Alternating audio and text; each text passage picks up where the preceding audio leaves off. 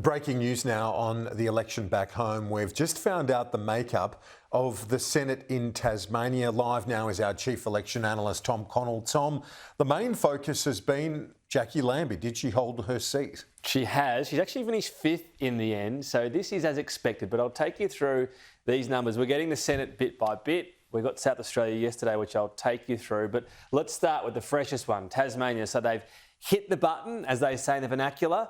What we've got at the top here is the spots the parties were defending last time. So what's crucial in the Senate is how was it last time compared to this time as to how the Senate's changing. So what's happened? Well, all of them have been returned. 2 Labor, 2 Liberal, 1 Green, and Jacqui Lambie is back. You can see her vote is lower. Last time she got 0.69, so she was more vulnerable at 0.51. What's ended up happening, she's finished 5th, and this is what I was explaining earlier, Kieran. Below the line, Tasmania, they vote below the line more than any other state. They've got Hare Clark. They're used to that complexity, and minor parties often help out one another. So Jacqui Lambie has actually finished ahead of the Liberal Party in the 5th spot. So Liberal Party got 1 elected with 1 quota. Their 0.65 actually finished behind the 0.51 of Jacqui Lambie. So that's the effect of this minor party vote. But Richard Colbeck still gets that 6th spot. So Tassie, in terms of where it is, everything's essentially ended up the same. Yesterday, we had in South Australia again for the Labor Party. So, again, the top line, 231, is what they were putting up last time. This time around, Labor get 3 elected from their 2.66 quotas. So, Labor 3, Liberal Party 2, and the Greens 1. So, essentially, Labor get 1 off the Liberal Party there. So, who were the 6 people elected as well yesterday in South Australia? 5 of them were returning, so they were elected last time. Including Alex Antich. We had Anne Ruston as well. But the 6th person is what's interesting here, the youngest ever senator. So here we go, Marielle Smith, Alex Antich, Karen Grogan, all re-elected. On the second page here, Anne Ruston, Sarah Hanson-Young getting 5th for the Greens, and in 6th, Kieran, Charlotte Walker. So she's 21. She turned 21 on election day. As I said to Laura, I just shudder to think how I would have been as a 21-year-old senator. But she met the Speaker in South Australia, in the state there. He said, come and do some work for me. You know, one of these high achievers at school. And she's in the Senate with a 6-year term and $200,000 salary. So she's going okay. Where are we at overall in the Senate? Well, this is still our prediction. Labor get to 30. Why does that matter? We'll add Labor and the Greens to see if Labor has a simple path to pass legislation. They don't have to always go that way. They can go through the coalition, of course. But at the moment, Labor so far effectively starts on 25. They get that 1 gain in South Australia. So they're on 26, if you like. They need to get 2 more gains. And there are multiple avenues.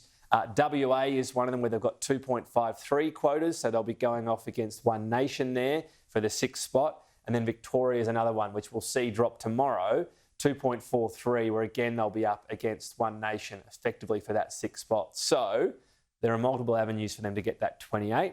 Keep an eye on that as more of the Senate floods through. And if you can just bring it back up the Senate overall picture, Tom, because I'm interested in this, because you would imagine the Prime Minister's not going to want to do Greens support every time he gets something through. He doesn't want any sense of a formal relationship or deal with the Greens, whether it be in the lower house or a reliance in the upper house. What are the other options there in terms of the numbers? It's pretty limited. I mean, he has to go through the coalition. Here, we split this up a few days ago, obviously, with the Liberal Party and the National Party, and that actually gave him probably a clearer path. I'd say less through the Nats. So add 30 for Labor, 4 for the Nats.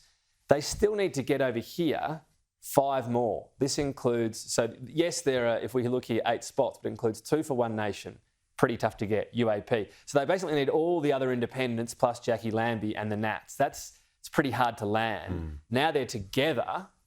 I think the other viable path, realistically, is just Labor with the coalition. Now, it's still a left and a right path, and there is plenty of stuff they get past. So I guess that will be interesting and a watch.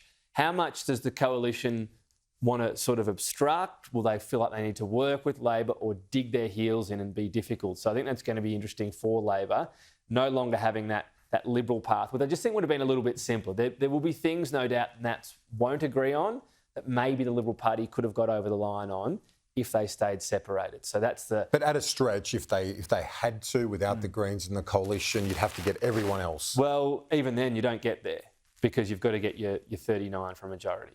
Right. So the president can't do the casting vote in the Senate then? well, even then, the president's part of the 30 for Labor. Right, So okay. if you go 38 So you're each, short. Labor gets 38 with all of this, they're still short. Okay. So they don't have another path. But look, if you go back to the Senate we just had, they had to get the Greens plus some crossbench. Yeah. So yes, I take the point. He doesn't want to.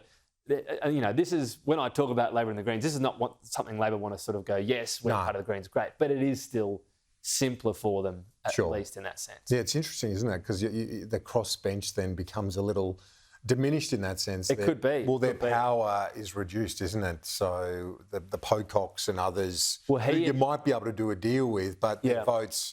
You've still got to have the coalition on top or the Greens on top as well. So someone like David Pocock and Jacqui Lambie last time were often needed, particularly when, remember, the Greens lost Lydia Thorpe and she became another vote they could get, but no longer part of the bloc. So that's why the Greens are 11 and not 12. She's still part of this, Lydia Thorpe, for example. But yeah, I think we are probably going to see very little traffic through the crossbench of the Senate, because depending on the numbers, I mean, maybe Labor squeaks to 27 and they still need one. Maybe a few counts go against them. This is projected, remember, but there is a chance the crossbench in the Senate becomes a lot less relevant. That's true. And speaking of crossbench, is it going to increase by one via Bradfield? What's the latest there? Still rather be the Liberal Party. The recount has begun. It's very early on. I'm not making predictions at this point. What's interesting, though, is the margin has ticked up from 8 to 10. We've only had about 8 or 9 booths counted so far. These numbers will stay like this, by the way. They're not going to reset. It's a full recount. They look at every single vote, but they only change if there's a discrepancy. So that will stay on the 56,000 odd votes each. And so far, we've had a couple knocked off from Nicolette Buller. So it might have been an informal vote, for example, or a preference not where it should have been. So what I'm interested in on this count is this a trend? Will we see the Liberal candidate, the main one, benefiting from the votes that are knocked out? The Liberal Party was saying they believe they didn't have a full set of scrutineers for as much as Nicolette Buller's team did. And for that reason, if their scrutineers weren't there as much and not challenging as much, more of the Nicolette Buller vote would have got through. This doesn't mean that they can do what they want. The AEC makes decisions, but you've often got to challenge things as scrutineers. So every vote will be poured over. The thing I'm watching for is if we just see votes coming off Nicolette Buller and not really much off Giselle Kaptarian, is that a trend? Were there a lack of scrutineers that will mean the recount sort of just goes one way? The caveat is if there's a pile of votes somewhere, Kieran, we saw in Goldstein and Bradfield, that's been mislabelled either way, that could just be completely defining. I don't think we'll see that. This is a fourth count, effectively. I'd be pretty surprised if it happens, but been a few twists and turns in this seat in particular. Yes, there have been, as there have been in Goldstein. You mentioned it. When do we get that deal done? That result done, finalised? Yeah, it hasn't actually started. They're going to start. This will be a shorter recount. Bradfield could take a couple of weeks. Goldstein, 3 or 4 days. And just remembering, what they're going to do is just recount everyone that put a 1 next to Tim Wilson or a 1 next to Zoe Daniel, because they had the full distribution of preferences. That looked at every single vote that didn't put 1 next to those two, and they found some pretty big discrepancies. That, again, was about piles in the wrong area. Because that bounced around the margin so much, it started off at 130. It went at one stage to 444 to Tim Wilson when they were doing that, then came back to 260. I'd still be very surprised if this changes. Yeah. You wouldn't get it in normal corrections. It has to be mislabelled piles is the only way that result flips from 260. But given those big discrepancies when they did the final count of the preference vote, they've decided let's do a final count of those who have put 1 next to either of these. And part of it has been about getting confidence as well. Conduct the count, make sure nobody says, oh, what if you did one more recount? Well, they're doing one more just to be extra safe. And it was close.